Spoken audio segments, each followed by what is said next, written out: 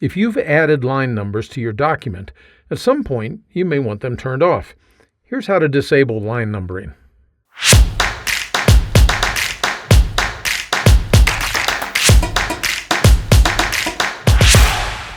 Once you've turned on line numbering, you may later want to remove the line numbers that were added by Word.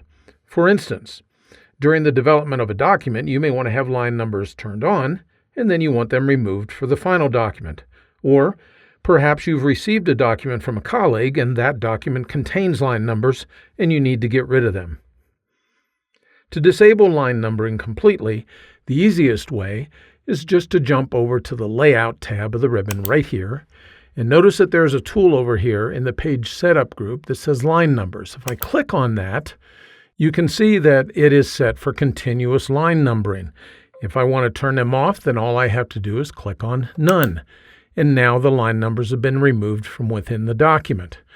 Now, there is another way that you can do this, and it's applicable to older versions of Word particularly. I'm going to turn these line numbers back on here, but let's jump, if we could, still on the Layout tab of the ribbon.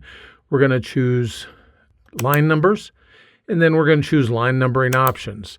That displays the Page Setup dialog box, and I want to click on Line Numbers right down here. That displays the Line Number Options dialog box.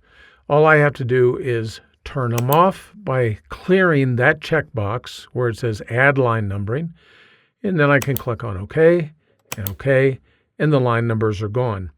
Now, it doesn't matter which way that you choose. That's two separate ways that you can achieve the same result within Microsoft Word. I hope that you found this quick tip helpful. If you did, well, you might consider signing up for my Word Tips newsletter. Every weekly issue is free, and it includes great tips that you can put to work right away. Information is in the notes just below this video. Thanks for spending a few minutes with me today.